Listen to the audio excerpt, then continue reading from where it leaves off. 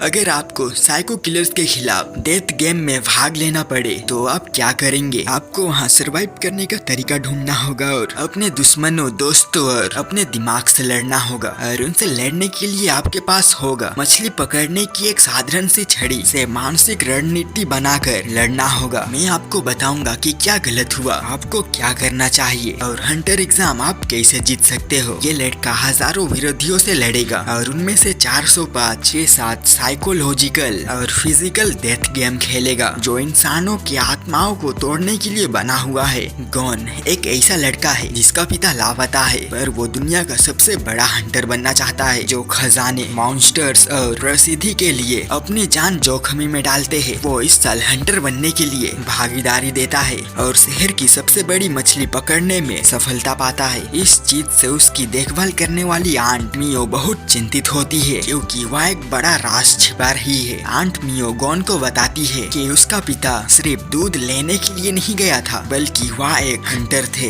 इसीलिए वो काफी बिजी रहते थे। ये चीज पता लगने से गॉन हैरान हो जाता है, लेकिन वो सोचता है कि हंटर बनना एक बेहतरीन काम है और हंटर बनने के लिए निकल पड़ता है। गॉन और भी कुछ पार्टिसिपेंट सबके साथ में एक खतरनाक तूफान का सामना करना पड़ता है और सिर्फ गॉन, क्रूपिका और लियोरियो को ही समुद्र बीमार नहीं कर पाता है। कप्तान उनसे पूछता है कि वे हंटर क्यों बनना चाहते हैं। गॉन बिना किसी चिंता के कहता है कि वह अपने पिता की तरह बनना चाहता है। इसके बाद कप्तान उन्हें बताता है कि हर साल हजारों लोग हंटर बनने की कोशिश करते हैं लेकिन ज्यादातर लोग असफल हो जाते हैं। कप्तान उन सबको चेतावनी देता है कि जो समुद्र बीमार से परेशान है उन्हें पहले ही हंटर ट्राई आउट एग्जाम से बाहर कर दिया गया है। क्रूपिका फिर अपना कहानी बताती है कि वह एक मिस्टीरियस कबीला का आखिरी जीवित इंसान है और वो उन लोगों को मारना चाहता है जिन्होंने उनके लोगों को मारा। लियोरियो कहता है कि वह ज्यादा से ज्यादा पैसा बनाना चाहता है, इसीलिए वह हंटर बनना चाहता है। इसके बाद वह जहाज एक बड़ी सी लहर से टकराता है और गॉन उन लोगों को बचा लेता है, जिससे कप्तान गॉन से प्रभावित हो जाता है और उन्हें पहली टेस्ट में पास कर देता है। अब आगे और उनके दोस्त हंटर बनने की यात्रा जारी रखते हैं, लेकिन आगे अभी भी 3 टेस्ट की चुनौती अभी बाकी है और पता नहीं आगे ये लोग बच पाएंगे भी कि नहीं।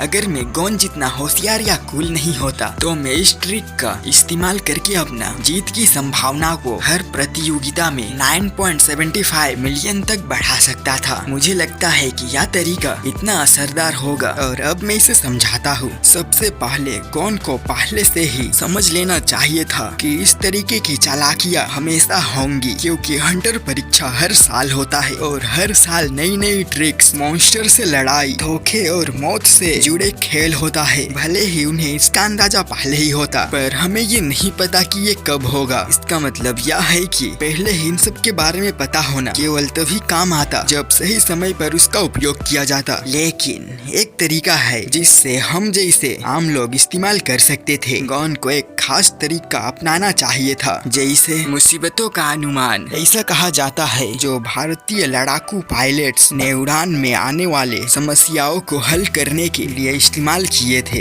इस तरीके के किसी भी समस्या पर लागू किया जा सकता है। सबसे पहले समस्या को सही से जाने, फिर ऐसा एक हल चुनकर निकाले तो सही से उस काम के लिए बन सके। उदाहरण के लिए हमें नहीं पता कि परीक्षा कब होगी, लेकिन हम इसके लिए एक तरीका आजमा सकते हैं। हम इसका तरीका आराम से निकाल सकते हैं और हंटर एग्जाम का सबसे बड़ा संकट यानी ड्रॉप आउट रोक दे सकते हैं। जैसे नेवी सोल्जर्स के भर्ती के लिए बहुत सारा पैसा लगाया जाता है, लेकिन वहाँ पर भी 70 से 80% लोग पहले ही बाहर हो जाते हैं। हंटर एग्जाम के लिए भी एग्जैक्ट सेम ऐसा ही हो रहा था। वे सिर्फ सबसे अच्छे उम्मीदवारों को चुनना चाहते थे और जल्दी से ज्यादातर को बाहर कर दे रहे थे। इसका मतलब यह है कि हमें हमेशा तैयार रहना होगा, क्योंकि हर सिचुएशन के लिए एक परीक्षा तो हमारा वेट ही कर रहा है। कप्तान फिर उन्हें एक रास्ता बताता है जो उन्हें उस जगह में जल्दी से पहुँचाने में मदद करेगी, लेकिन ये भी एक परीक्षा थी। लियोरियो को उसके ऊपर थोड़ा शक होता है क्योंकि मैप के अनुसार वो रास्ता गलत है, पर वे लोग आगे बढ़ते हैं और एक गांव में पहुंचते हैं और एक बूढ़ी दादी अम्मा से मिलते हैं जो उनसे एक क्वेश्चन पूछती है। वे इस सवाल को हल करते हैं और वे अगले दौड़ में पहुंच जाते हैं और उन्हें पता चलता है कि कई लोग यहाँ पर पहुँचने से पहले ही मर चुके हैं। फिर वे असली एग्जाम के जगह में पहुँचते हैं जहाँ पर एक छोटी सी झोपड़ी दिखाई देती है जिस जगह में और एक परीक्षा छुपा रहता है। उन्हें उस जगह में एक घायल व्यक्ति मिलता है जो बताता है कि उसकी पत्नी को एक मॉन्स्टर ने अगवा कर लिया है। वे उसको बचाने के लिए निकल पड़ते हैं। बाद में पता चलता है कि यह भी एक टेस्ट थी और वो बंदा हंटर नेविगेटर था। वे पास हो जाते हैं और वो उनको असली परीक्षा स्थल पे पहुंचाता है। वे उन्हें एक सीक्रेट रेस्टोरेंट में ले जाता है। इसमें सिर्फ हंटर्स ही आते हैं। वहाँ से वे एक लिफ्ट पकड़ के 120 मंजिला नीचे जाते हैं। रास्ते में वो उन्हें हंटर सर्वाइवल इंस्टिंक्ट्स के बारे में चेतावनी देता है और वो बताता है यह परीक्षा काफी डराने वाली होती है और हर 3 साल में एक ही व्यक्ति इन्हें पास कर पाता है। बाकी लोग इस चीज से ट्रॉमेटाइज अनुभव करके उठकर बाहर हो जाते हैं। उन्हें मुश्किलों से गुजरने के बाद उनके पास एक अजीब आदमी आता है जिसका नाम टोम्पा रहता है। वह उन्हें एक नंबर देता है जिसे उन्हें अपने छाती पर पहनना होता है और वो बताता है कि यह उसकी हंटर ट्राई आउट में 35वीं कोशिश है। यह सुनकर सभी हैरान हो जाते हैं, लेकिन इस दौरान वो कुछ जरूरी बातें छुपा लेता है और वो उन्हें उन खतरनाक लोगों के बारे में चेतावनी देता है जिनसे उन्हें मुकाबला करना है, जैसे मास्टर किलर्स, एक्सपर्ट साइको और भी पुराने अनुभवी लोग जो कि दुनिया के सबसे बड़े हंटर टीम का हिस्सा बनना चाहते हैं। इनमें से कुछ नाम है छोटो जो पहलवान है और 3 भाई और साथ ही एक महिला जो फेडोरा पहने हुई है। उसका नाम याद नहीं आ रहा क्योंकि वह इतना मशहूर नहीं है।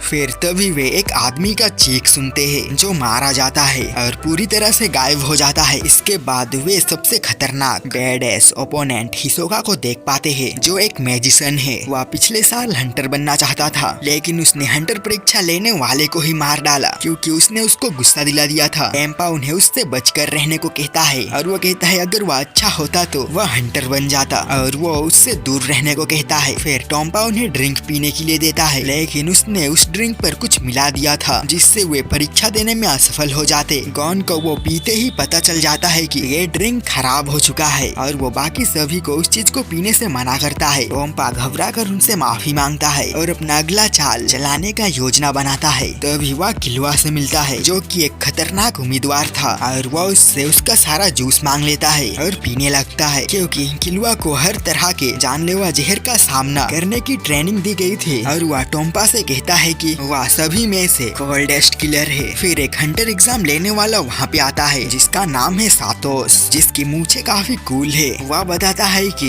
यहाँ से हंटर एग्जाम का पहला चरण शुरू होने वाला है और यहाँ से सिर्फ 10,000 में से केवल एक व्यक्ति यहाँ तक पहुँचा है और अब तक 404 उम्मीदवार बाकी है। वह चलने लगता है और सभी उसका पीछा करते हैं। वह कहता है कि वे दूसरे चरण के एग्जाम स्थल पर जा रहे हैं। फिर वह काफी तेजी से चलने लगता है और बताता है कि असल में वे पहले ही पहले चरण में प्रवेश कर चुके हैं जो कि है बैटल ऑफ एंडुरेंस। इसके नियम बहुत आसान है। एक, उन्हें उसका पीछा करना होगा पर उन्हें यह नहीं पता कि उन्हें ये कब तक करना होगा। क्या चुनौती इतनी सीधी लगती है कि अगर मैं इसमें भाग लेता तो मैं 2 काफी बढ़िया तरीकों का इस्तेमाल करता जो हमें प्रतियोगिता जीतने में मदद कर सकता था। पर इनमें से एक टेक्निक बहुत खतरनाक है और ये आम लोगों के लिए नहीं है और चुनौती का नाम ही है रक मार्च, जो सेना के शरीर और फिजिकल टीम निर्माण के लिए इस्तेमाल किया जाता है। लेकिन इस परीक्षा का मुख्य उद्देश्य साइकोलॉजिकल तनाव को परखने का है। जैसे कि अपने भाईजान ने कहा था, टाइगर मन फाइटर को बहुत बेहतरीन बनाता है और यह एक हिसाब से सही भी है। जैसे जहाज पर हंटर परीक्षा भी साइकोलॉजिकल फाइटर सबको ही चुनना चाहता था। हम इसे पहले से ही जान सकते थे। अगर हम भारतीय नेवी सेल का सिद्धांत अध्ययन करें तो इसमें हमें प्रतियोगिता जीतने के लिए जरूरी संकेत मिलते हैं। अगर आप ध्यान से देखें तो आपको एक अनुमान मिलेगी, सहनशीलता, विपरीत परिस्थितियों में बढ़ना, कभी हार ना मानना, अनुशासन और हर छोटी बात पर ध्यान देना। यही हंटर एग्जाम हमसे चाहता है। इसका मतलब है कि बाकी सारी चीजें सिर्फ ध्यान भटकाने वाली है। आपको वो चीज बनने के लिए मैं शिकार बनाने के लक्ष्य को लगभग धार्मिक तरीकों से अपनाऊंगा और अपने भावनाओं में गहरे उतरकर इस लक्ष्य को और भी ज्यादा महत्वपूर्ण बना दूंगा ताकि मुझे इसे हासिल करने की जुनून मिल सके। उदाहरण के तौर पर अगर मैं यह हासिल कर लूं तो मैं इससे कैंसर का इलाज कर सकता हूँ। मुझे ऐसे ही सोचकर अपने लक्ष्य को पूरा करने का मोटिवेशन मिल सकता है ताकि मेरा दिमाग इन सब चीजों को काफी जरूरी समझे। दूसरा तरीका जिसे हम काफी टॉक्सिक कह सकते हैं और जिसका यूज आपको बहुत कम करना है वह है टॉक्सिसिटी पर ध्यान देना। इसका मतलब है जब हम मेंटली हारना ना चाहे तो सिर्फ पैशन पर्पस, जॉय जैसे चीजों से खुद को मोटिवेट रखो ताकि आपको इस चीज से स्ट्रेस महसूस ना होए। हमें कुछ ठोस चीजें, कुछ ऐसे चीजें जो हमें मोटिवेशन दे और शायद वो थोड़ा टॉक्सिक या आपको अच्छा ना लगे। जैसे भाईजान कहता है, वह इसका इस्तेमाल अपने दिमाग को शांत करने के लिए करता है। याद रखे, इसे सिर्फ थोड़े समय के लिए ही इस्तेमाल करना चाहिए जब आपको सच में इस चीज की जरूरत हो। हम अपने ध्यान को इस तरीके से बदल सकते हैं कि हमें दूसरों का शिकार नहीं बनना है, बल्कि हमें ऐसा इंसान नहीं बनना चाहिए जो कुछ भी हासिल ना कर पाए और अपना जिंदगी छोड़ दे। यह तरीका है जिससे हम डर और नफरत को अपना प्रेरणा बना सकते हैं। इन दो साइकोलॉजिकल तनाव का इस्तेमाल किसी भी मजबूत इच्छा शक्ति देने का एक आसान तरीका हो सकता है। अब वो दुश्मन एनिमे या असल जिंदगी में ही क्यों ना हो जाए। जब घंटों बीत जाता है और लोग थक कर गिरने लगते हैं, तभी गॉन को उसका एक नया दोस्त मिलता है, किलुआ, जिससे उसे पता चलता है कि वो भी हंटर बनना चाहता है क्योंकि वो बोर हो चुका है और अपना रियल रीजन को छिपा दिया। और लियोरियो, जिसने अपना शर्ट उतारने के बाद में उसको अपना स्ट्रेंथ वापस मिल गया। थोड़ी देर बाद में मेन कैरेक्टर और बाकी पार्टिसिपेंट हंटर एग्जाम के दूसरे चरण में पहुंचते हैं और हारने वालों का सपना टूट जाता है। सतोस्की उन्हें दूसरे एग्जाम पर ले आता है, माइजली वेटलैंड, और देखते हैं कि अब 36 कंटेस्टेंट बाहर हो चुके हैं। 336 लोगों से शुरू हुआ था। उन्हें नए जगहों के खतरों के बारे में बताया जाता है, खून पीने वाले जानवरों जो इंसानों को धोखा देकर उन्हें अपने भोजन बना लेते हैं, और सतोस्की उन्हें यह भी बताता है कि उन्हें तीसरे पड़ाव में जाने के लिए उसके पीछे आना होगा और उनके जाल में ना फंसने के लिए दिमाग का यूज करना। तभी एक कंटेस्टेंट वहाँ पर अचानक आ जाता है और वह कहता है कि सतोस्की असली परीक्षण लेने वाला नहीं है, बल्कि वह एक मांस खाने वाला मॉन्स्टर है, और वह बंदर दिखाता है जो सतोस्की जैसा दिखता है। उनमें ये चीज को लेकर बहस होने लगती है कि किस पर भरोसा किया जाए, लेकिन वहाँ हिसोका तय करता है कि उन दोनों का ताकत का परीक्षण करेंगे। जो असली परीक्षक नहीं है उसको मार डालेंगे। जो अपने हमले को रोक नहीं पाया, इससे यह साबित हो जाता है कि सतोस्की ही असली एग्जामिनियर है और सबसे खतरनाक कंटेस्टेंट है। इसके बाद सतोस्की उन्हें दो रास्ते बताता है, एक वापस लौट जाने का और एक उसके साथ आने का। अगर वे इस जगह में खो जाते हैं या किसी वजह से घायल हो जाते हैं तो कोई उनकी मदद नहीं करेगा। सभी लोग घने कोहरे से घिरे हुए होते हैं। यह भाग बहुत कठिन है। यहीं पर लड़कों और पुरुष को अलग कर देना चाहिए था। यहाँ के मेन सबसे अच्छा परफॉर्मेंस लड़के ही दे रहे हैं और इस जगह में जितना भी बैडेस भरे पड़े हुए हैं वो सब हमारी तरह एक आम लोग हैं। इसीलिए हमें पता है कि ये लोग आगे किन खतरों का सामना करने वाले हैं। और हमारे पास जो वेपन है वो है मछली पकड़ने वाली लकड़ी। इस कोहरे वाले जगह में ये लोग इसी रस्सी से एक दूसरे को बांधकर एक दूसरे के पीछे जा सकते हैं, पर फिर भी सामने कुछ आ जाए तो ये लोग अलग भी हो सकते हैं। और हमें पता ही है कि एक एवरेज मछली पकड़ने वाली डंडी की रस्सी कितनी लंबी रहती है। हम इससे काफी सारे कूल अटैक सब कर सकते हैं, स्पाइडरमैन की तरह उड़ सकते हैं, इससे लड़ भी सकते हैं। सतोस्की उन्हें उनके अनुसार करने को कहा है, लेकिन जब उन्हें पता है कि ये टेस्ट कमजोर लोगों को बाहर करने के लिए बनाया गया है तो यह तरकीब नहीं है, क्योंकि जो लोग इन कठिन परिस्थितियों से गुजर कर बाहर आ रहे हैं वे बहुत खतरनाक और ताकतवर होंगे। इसका मतलब है अगर हम उनके पास रहते हैं तो वे खतरनाक लोग वे किसी जानवर मॉन्स्टर से भी ज्यादा खतरनाक हो सकते हैं। इसीलिए मैं उन लोगों के साथ आगे बढ़ूंगा जिन्हें हम पहले ही देख चुके हैं। हाँ, वो एक सही आदमी नहीं है पर वो हमारे लिए फायदेमंद हो सकता है और वे उन सब चीजों में ऑलरेडी ही एक्सपीरियंस रहे होंगे और हमें उनके बारे में तो पहले से ही पता है कि वो उन सब के मुकाबले काफी कुछ जानता है। अगर हम उसके साथ रहेंगे तो हमें हर वक्त पता चलते रहेगा कि हमारे आसपास कौन लोग हैं। अगर हम उसके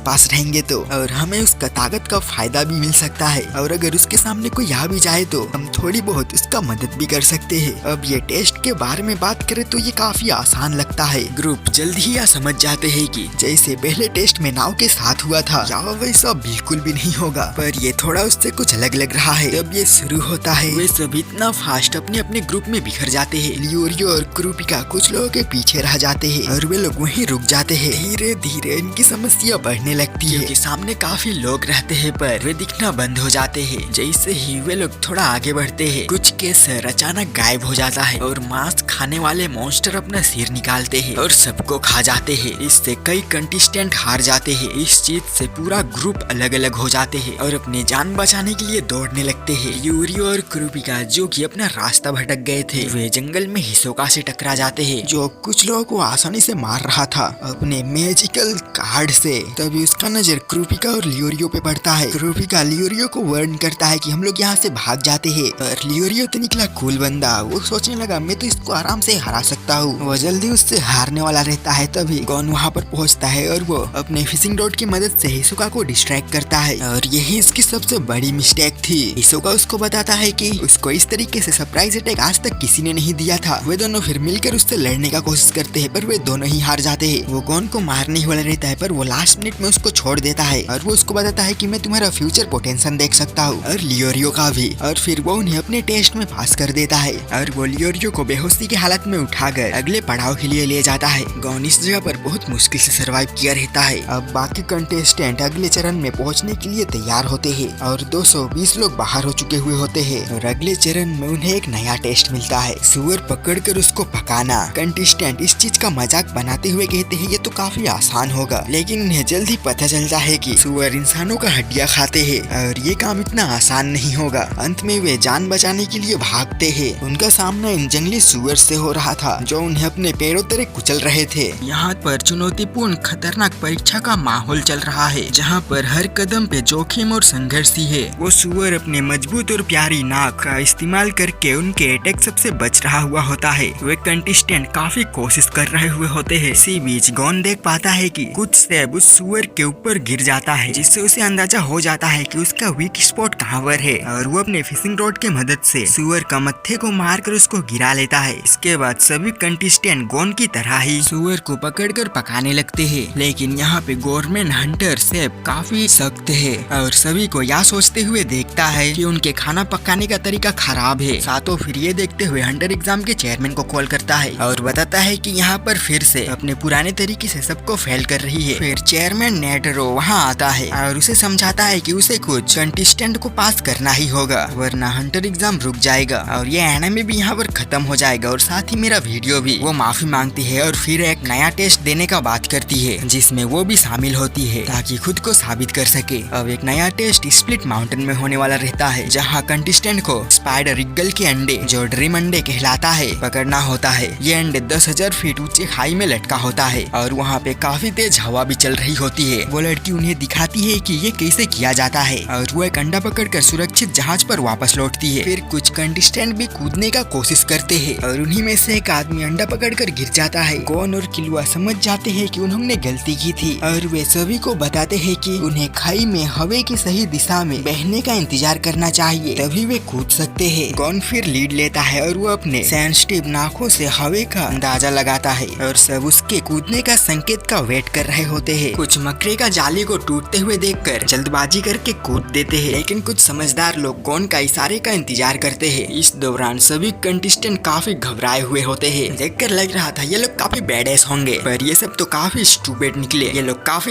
इजीली ये एग्जाम को पास कर सकते थे बिना किसी रिस्क के। वो लोग सीधा खाई में मरने के लिए कूदते नहीं, तो अगर वे थोड़ा इंतजार करते तो वे दूसरों की गलतियों से सीख सकते थे। जैसे पहले वाले ने जो गलती की थी, अगर वे दूसरे को पहले कूदते देख लेते तो उन्हें समझने का मौका मिलता कि सही तरीका क्या है और कैसे कम खतरे में रहते हुए अंडे को लाने के लिए जा सकते थे। अंत में वे सभी सही समय पर कूद कर अंडे को वापस ला लेते हैं और इस टेस्ट को पास कर लेते हैं। इसके बाद वे अपनी जीत का आनंद लेते हैं, लेकिन उन्हें नहीं पता कि अगला टेस्ट और भी कठिन होने वाला है। अब तक 362 कंटेस्टेंट बाहर हो चुके हैं और केवल 42 लोग ही बाकी है। सभी लोग अब तीसरे और आखिरी चरण के लिए तैयार होते हैं और इस बार उनका एग्जाम को देखने वाला रहेगा चेयरमैन नेट्रॉन। वो बताता है कि अब वे आराम कर सकते हैं, लेकिन जब वे अगली जगह पर पहुंचेंगे तो अगला टेस्ट शुरू हो जाएगा। गॉन और किलुआ फिर जहाज में घूमने निकल जाते हैं, जबकि क्रूपिका और लियोरियो टोम्पा से कुछ और झूठ सुनते हैं जो कि उनको यह कहकर डराता है कि ये उनका चौथा टेस्ट है और उन्हें पूरी रात सतर्क रहने के लिए कहता है। इस दौरान बाकी सब पार्टिसिपेंट एक दूसरे से बातें करते हैं कि कौन अगला हंटर एग्जाम जीत सकता है। वे सभी हिसोका के बारे में चिंतित थे क्योंकि वो खून और मौत का प्यासा है और उन्होंने उसकी तरह बंदा पहले कभी नहीं देखे है। मैंसी बताती है कि खाना बनाने की परीक्षा के दौरान हिसोका की बुरी ऊर्जा ने उसको डराया, तो इसी वजह से वह उस परीक्षा को लेने से घबरा गई थी। सब तय करते हैं कि अब से वे उस पर ध्यान रखेंगे। दूसरे ओर चेयरमैन नीटरा गोन और किलुआ से मिलता है, लेकिन किलुआ को नहीं लगता है कि वो उतना पावरफुल है और वो उस पर भरोसा नहीं करता है। वो फिर लड़कों के साथ खेल खेलने का प्रस्ताव रखता है और ये भी कहता है कि अगर वे जीतते हैं तो वो तुरंत उन्हें हंटर बना देगा। और गेम का नाम है बॉल टैग। अगर दोनों लड़के बॉल को उसके लेजेंडरी हाथों से छीन लेते हैं तो वे जीत जाएंगे। किलुआ बताता है कि वह हथियारे किलर्स के फैमिली से आता है और अपने माँ और पिता से सीखे कुछ दाव दिखाता है, लेकिन हर बार वो हार जाता है। गॉन मदद करने आता है लेकिन वह भी हार जाता है, पर फिर भी नेरलो उनकी क्षमता को पहचान पाता है। थोड़ी देर बाद जहाज के दूसरे हिस्से में टॉम्पा लियोरियो और क्रूपिका को सोते हुए देखता है, जिससे वह नाराज हो जाता है कि उसका योजना फेल हो गया, लेकिन उसको पता नहीं है कि उसका समय जल्द ही आएगा। फिर सब लोग तीसरे चरण के अगले स्थान पर पहुंच जाते हैं। अगला चुनौती होता है कि उन्हें समय समाप्त होने के अंदर इस टावर के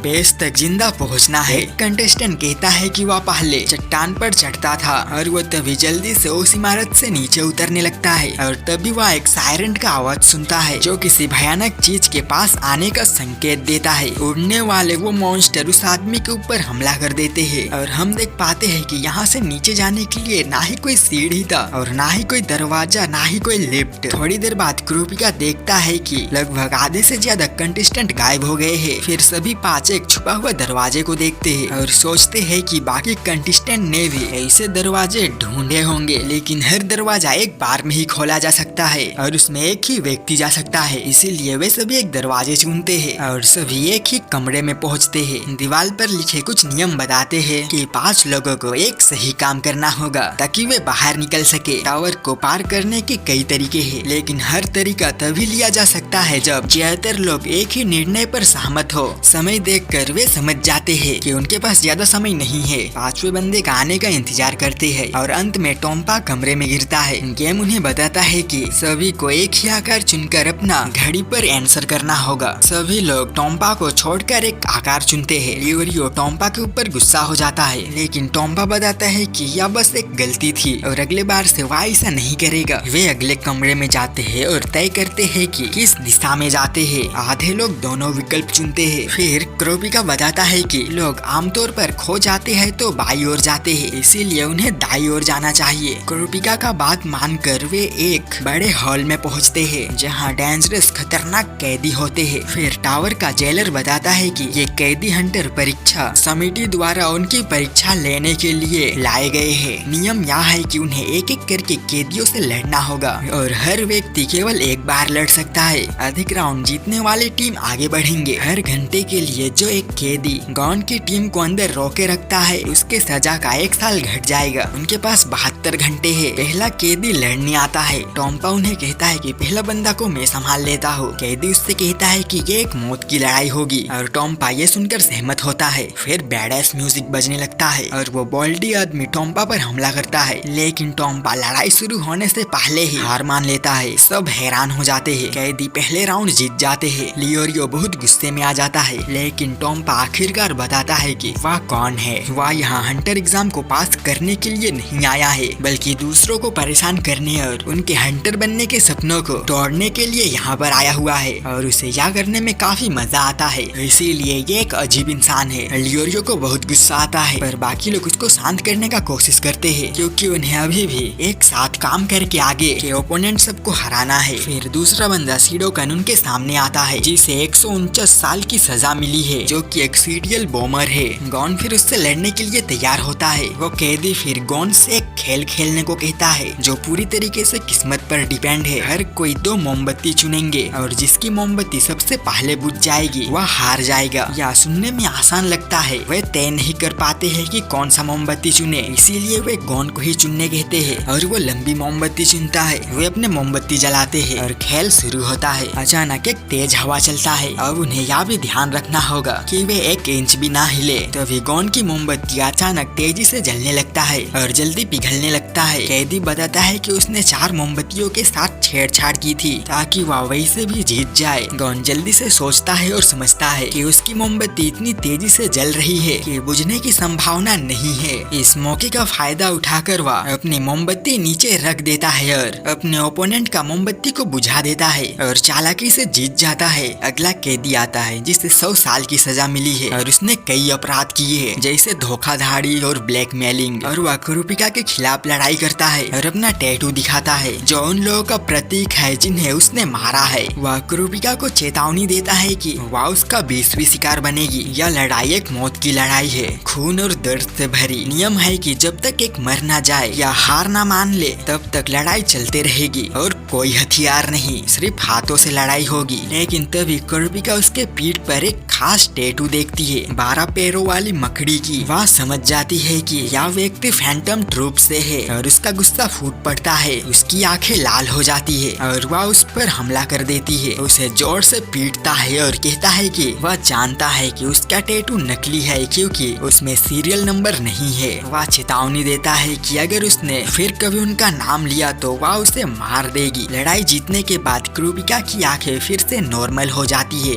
और वह अपने दोस्तों से कहता है कि जब उसने मकड़ी की टैटू देखी तो अपना आपा खो बैठी थी। यह डर असली मकड़ी देखने पर भी वैसा ही होता है और उसका यह रूप सबको डरा देती है, यहाँ तक कि लियोरियो को भी। इसी बीच हिसो का ट्रिक टावर के तीसरे चरण को 6 घंटे और 7 मिनट में पूरा कर लेता है। इन्हें और एक मैच अभी जीतना रहता है। तभी एक मिस्टीरियस कैदी गॉन के टीम को बताता है कि ये लड़ाई अभी भी खत्म नहीं हुई है क्योंकि उसका ओपोनेंट अभी तक मरा नहीं है बल्कि सिर्फ बेहोश हुआ है, क्योंकि यह मौत की लड़ाई थी और किसी ने हार नहीं मानी, इसीलिए यह राउंड खत्म नहीं हुआ। क्रूपिका पिछले बार गुस्से में आने पर शर्मिंदा महसूस करता है और इस बार अपने ओपोनेंट को मारने से मना कर देता है। इसका मतलब है कि उन्हें तब तक इंतजार करना होगा जब तक कि उसका ओपोनेंट होश में ना आ जाता। ग्रुप फिर वेट करते हैं और वे फैसला लेते हैं कि वे इंतजार करेंगे, जिससे लियोरियो नाराज हो जाता है और ग्रुप में दरार आ जाता है। अब उन्हें लगने लगता है कि यह सब कैदियों की चाल का हिस्सा था। थोड़ी देर बाद गॉन एक सुझाव देता है कि अगर ये सच हुआ तो यह बहुत चालाकी होगी। उसको शक है कि क्रूपिका का ओपोनेंट पहले ही मर चुका है, जिससे लियोरियो कैदियों से पूछता है कि क्या वे खुद जाकर देख सकते हैं। लेकिन वो मिस्टीरियस कैदी उनसे एक शर्त रखता है कि वे लोग इस पर दाव लगाएंगे कि वह आदमी जिंदा है या नहीं। नियम यह है कि हर बार शर्त लगाने पर 10 घंटे का समय दाव पर लगेगा। अगर लियोरियो हार जाता है तो उनके टीम के पास टावर से बाहर निकलने के लिए 50 घंटे कम हो जाएगा। अगर कैदी हार जाता है तो उन्हें 50 साल जेल की सजा और बढ़ जाएगी। क्रूपिका चेतावनी देती है कि अगर वे हार गए तो उनके पास टावर से बाहर निकलने के लिए 9 घंटे से भी कम की समय बचेगी। लियोरियो शर्त को मानता है और 10 घंटे का दाव लगाता है। वह ऊपर जाकर देखता है कि वह आदमी सच में जिंदा है, जिनसे उनकी टीम के 10 घंटे खत्म हो जाता है। दूसरे ओर किलुआ को लगने लगता है कि ये लोग किसी तरीके का मदद से उसको अभी तक जिंदा रखे हैं। लियोरियो फिर कहता है कि मैं प्रूव करना चाहता हूँ कि ये जिंदा है या नहीं। वो मिस्टीरियस लड़की जल्दी से इस चीज में भी शर्त लगाती है कि तुम्हारा गेस गलत होगा तो हमारी 20 साल का सजा कम हो जाएगी। लियोरियो ये शर्त को मान लेता है, या जांचने के लिए कि वह व्यक्ति वास्तव में मरने का नाटक कर रहा है या नहीं। लियोरियो एक आइडिया निकालता है। वह उसे किनारे पर ले जाकर नीचे गिराने का धमकी देता है। मरने के डर से वह आदमी चौंक कर नाटक करना बंद कर देता है और भाग जाता है, जिससे लियोरियो यह शर्त जीत जाता है। वह लड़की को बताता है कि उसने कैदी की आंखों के हलचल से समझ लिया था कि वह जीवित है, क्योंकि उसके पास डॉक्टर का डिग्री है और वो डॉक्टर बनना चाहता है। लंबी कहानी नॉट इम्पोर्टेंट, तुम स्मार्ट लड़की, अभी मैं इसे अपने तरीके से जीतूंगा। मैं अपने टीम के लिए ये जीतने वाला हूँ। अभी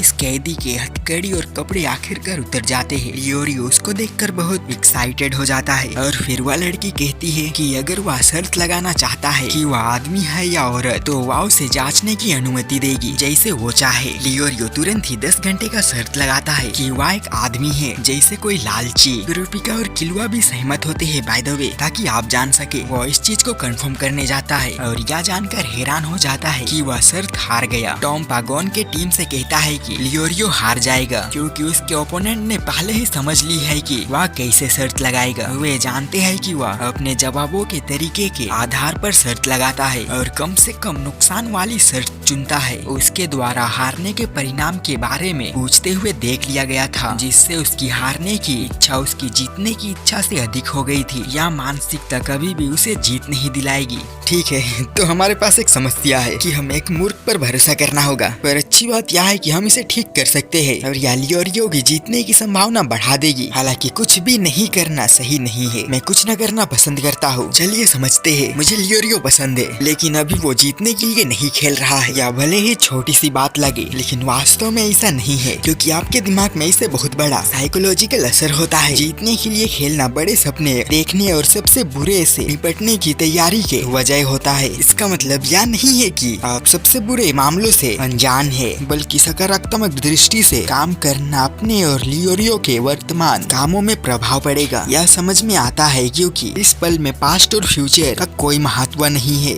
जो मायने रखता है वह इस पल में आपकी निडरता, जो आप अभी करते हैं। हारने से बचने की साइकोलॉजिकल मानसिकता आपके आने वाले कार्यों को 100% नेगेटिव रूप से प्रभाव करेगी। इस चीज को सीधे शब्दों में समझने के लिए स्कूल के बच्चों सबका टेस्ट लिया गया। 2 ग्रुप को एक ही टेस्ट और एक जैसा सवाल दिया गया, पर अलग अलग तरीकों में। एक ग्रुप को बताया गया कि यह देखने के लिए टेस्ट है कि वे सच में इस स्कूल में रहने के योग्य है या नहीं। वे सब ये सुनकर डर में थे। और दूसरे ग्रुप को बताया गया कि ये काफी कठिन प्रश्न है, जिसमें दिमागी पहेलियां थी। चौंकाने वाले प्रश्नों में देखा गया कि डर में काम करने वाले स्टूडेंट ने केवल 72% सवाल सही किया, जबकि चुनौती से भरी हुई ग्रुप ने 90% से अधिक सवालों का सही आंसर्स दिए। सेम क्वेश्चन, सिर्फ डिफरेंट वे में। आप लोग अपने डर की वजह से कुछ मिस्टेक किए, इसीलिए लियोरियो को यहाँ पे पॉजिटिव और मोटिवेट होकर उसके सवालों का जवाब देना चाहिए था। और ये एक स्किल है जो हमें भी सीखना चाहिए। लियोरियो यहाँ अपने ओपोनेंट के जाल में फंस जाता है। अब घड़ी में सिर्फ 10 घंटे ही बचे हैं। अगर वो फिर से हार गया तो वे सभी हार जाएंगे और 50 घंटे गवा देंगे। कौन फिर आखिरी खेल के रूप में रॉक पेपर सीजर खेलने का सुझाव देता है, क्योंकि लियोरियो को सिर्फ इसी चीज में अनुभव है। रवि कैदी अचानक 80 घंटे का शर्त लगाता है कि वह पहले राउंड में ही जीत जाएगी। यह देखकर लियोरियो हैरान हो जाता है, लेकिन वह समझ जाता है कि अगर वह हार भी गया तो